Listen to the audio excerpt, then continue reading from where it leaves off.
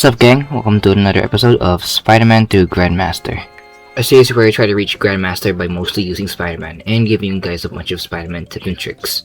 Last episode we ended up in Plat 2, so now the road to Diamond begins. Also, if you have the time and enjoy this kind of content, make sure to subscribe. It's free and you can always unsub later. Alright, enjoy the vid. Let's hop into the first game. As Spider-Man, your main target are mostly supports, but sometimes you're gonna have to shift that over to certain poke heroes. In this clip, I was so heavily focused on trying to kill the supports that my whole team was being bullied by the stupid-ass squirrel girl. Another thing Dive should understand is timing. In this clip here, I keep going in too early that my team doesn't have the proper opportunity to push up.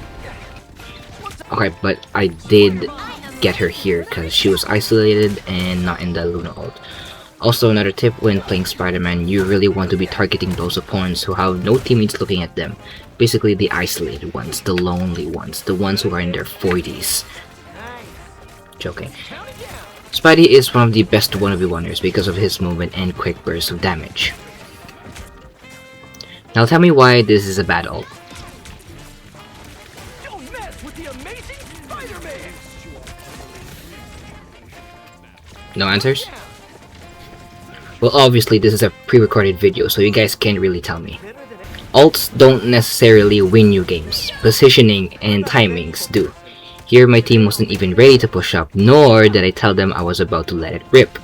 In fact, we were already down one healer, so there was no point in popping it, because we wouldn't have the necessary numbers and resources to push up.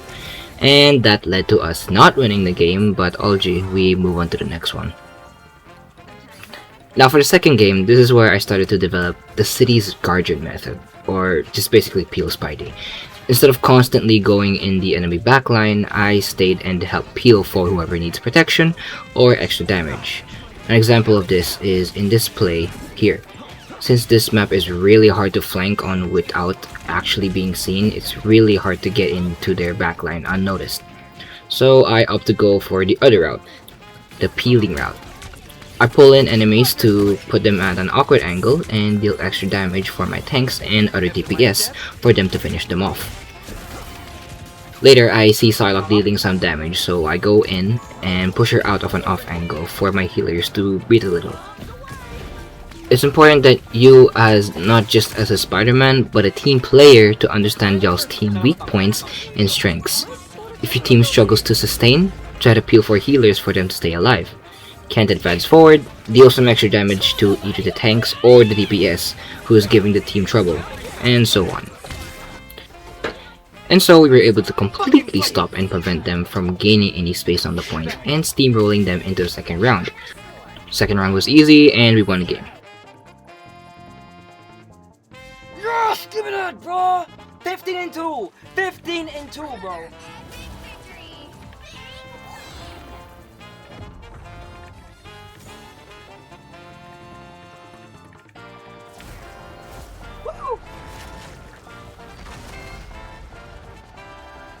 Alright, time for the next one.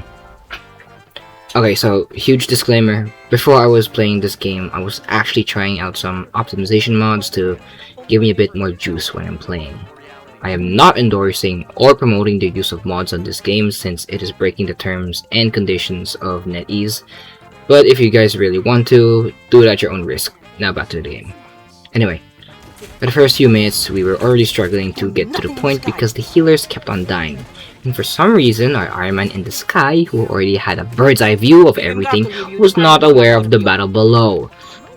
So now we gotta go the city guardian method and peel and protect our supports for them to breathe.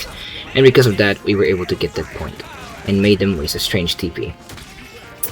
Unfortunately, we weren't able to get it to the end, so now we're gonna have to try and stop them before they reach our point in this second round.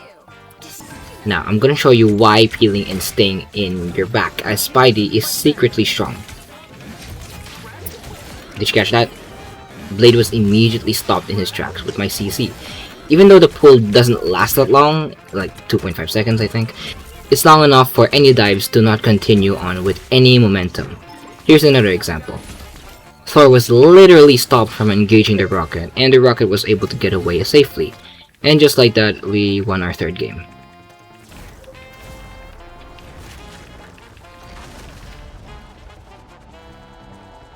Okay, as you can see, this is the real power of peel.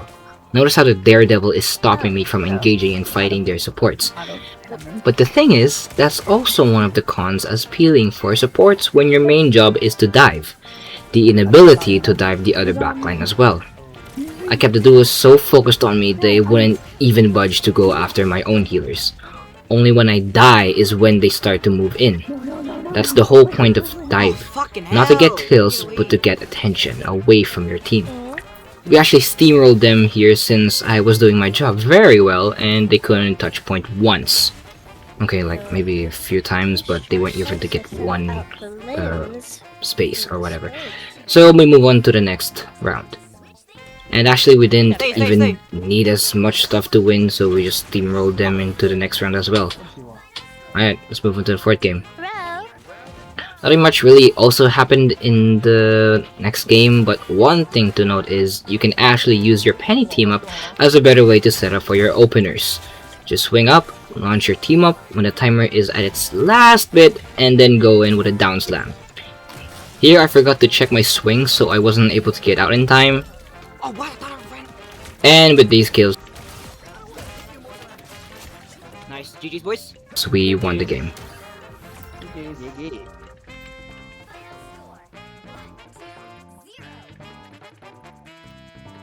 Give me that man. Yes, sir. Woo! That's what I'm talking about. Finally reached Diamond. Now the hardest part of the challenge begins. And for that, we're gonna need some help.